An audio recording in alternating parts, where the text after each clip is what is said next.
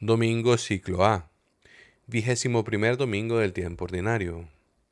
Buenos días, queridos hermanos, y gracias por acompañarnos una vez más a la lectura y contemplación del Santo Evangelio del día. En esta ocasión el Evangelio obedece a San Mateo, capítulo 16, versículos del 13 al 20. Luego, escucharemos el comentario del Evangelio según Benedicto XVI, extraído de su audiencia general del 7 de julio del 2006. Nos ponemos en disposición para escuchar el Santo Evangelio del día. En el nombre del Padre, del Hijo y del Espíritu Santo. Amén. Evangelio del día según San Mateo, 16 del 13 al 20. Tú eres Pedro y te daré las llaves del reino de los cielos.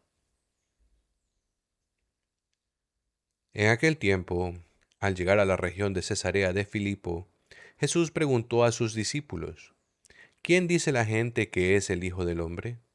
Ellos contestaron, unos que Juan Bautista, otros que Elías, otros que Jeremías, o uno de los profetas. Él les preguntó, ¿y vosotros, quién decís que soy yo?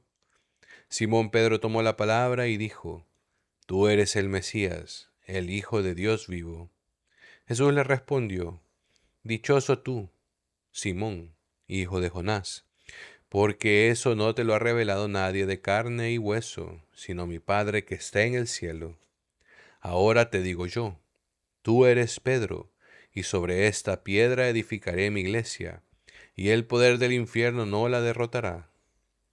Te daré las llaves del reino de los cielos. Lo que ates en la tierra quedará atado en el cielo, y lo que desates en la tierra quedará desatado en el cielo. Y les mandó a los discípulos que no dijesen a nadie que él era el Mesías. Palabra del Señor. Gloria y honor a ti, Señor Jesús.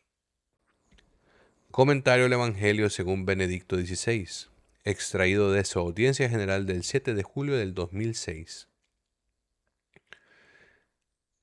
El evangelista, al relatar el primer encuentro de Jesús con Simón, hermano de Andrés, atestigua un hecho singular. Jesús, fijando su mirada en él, le dijo, Tú eres Simón, el hijo de Juan, tú te llamarás Cefas, que quiere decir piedra. Jesús no solía cambiar el nombre de sus discípulos. Sin embargo, sí lo hizo con Simón, llamándolo Cefas, nombre que luego fue traducido en griego por Petros y en latín por Petrus. No era solo un nombre, era una misión confiada por el Señor. El nuevo nombre acabaría sustituyendo al originario, Simón. Este dato cobra especial relieve si se tiene en cuenta que, en el Antiguo Testamento, el cambio de nombre solía implicar la encomienda de una misión. De hecho, la voluntad de Cristo de atribuir a Pedro una importancia particular dentro del colegio apostólico se manifiesta en numerosos indicios. En Cafarnaúm, el maestro se hospeda en su casa, cuando enseña junto al lago de Genezaret. Escoge la barca de Simón, y en momentos especialmente significativos, Pedro aparece siempre entre los discípulos más cercanos a Jesús. Además, Pedro mismo es consciente de su situación peculiar. Con frecuencia toma la palabra en nombre de los demás y resuelve situaciones delicadas representando a todo el grupo. Así sucede cuando, tras el discurso sobre el pan de vida, muchos abandonan a Jesús. Ante la pregunta del Maestro, Pedro responde con firmeza, Señor, ¿a quién iremos? Tú tienes palabras de vida eterna. El momento culminante llega en Cesarea de Filipo, a la pregunta de Jesús, ¿y vosotros quién decís que soy yo? Pedro responde en nombre de los 12, tú eres el Cristo, el Hijo de Dios vivo. Entonces Jesús pronuncia la solemne declaración que define para siempre el papel de Pedro en la iglesia. Tú eres Pedro, y sobre esta piedra edificaré mi iglesia. A ti te daré las llaves del reino de los cielos. Y lo que ates en la tierra quedará atado en los cielos, y lo que desates en la tierra quedará desatado en los cielos.